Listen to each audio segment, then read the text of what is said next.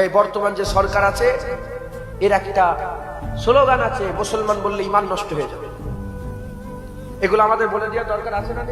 যদি ইমাম সাহেব না বলে কিয়ামত ইমাম সাহেব জবাব দেবে, জুনায়েদ যদি না বলে কিয়ামতে জুনায়েদ জবাব দেবে, জুনায়েদের বাপ যদি না বলে কিয়ামতে জবাব দেবে। সব জায়গায় বলতে আমি সব জায়গায় কম বেশি বলে দিই।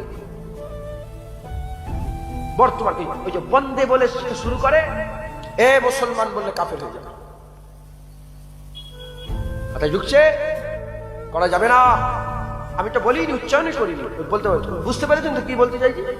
ওইটা বলা যাবে না, বলা যাবে না, কাফের হয়ে যাবে মুসলমান। মান তাসাব্বা বিকওমি ফাহুয়া মিনহু, যে যার অনুসরণ করবে কিয়ামতে তার সঙ্গে তার হাসন নাসব। মুস্তাফার অনুসরণ করো, কিয়ামতে হাবিবুল্লাহর সঙ্গী সাথী আল্লাহ জান্নাতে যাবে। রেডি হয়ে যান।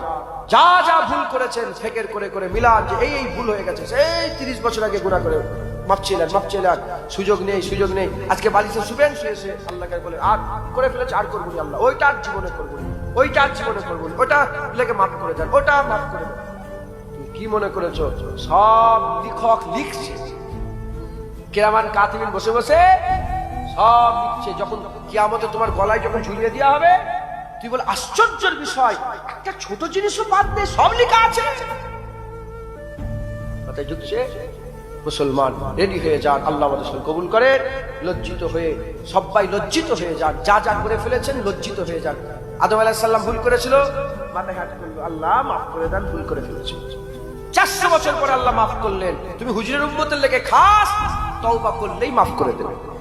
আর কেউ যদি বলেন আমার গুনাহ মাফ হবে না, আমার গুনাহ মাফ হবে না, এই নিয়ত যদি দিলের মধ্যে রাখে, তার ঈমানের খাতরা, ঈমান ঠিক নেই। কারণ আল্লাহ বলেছে লা তাকনাতু মির রাহমাতিল্লাহ ইন্নাল্লাহা ইয়াগফিরু যুনুবা জামিআ ইন্নাহু হুয়াল গফুরুর রহিম।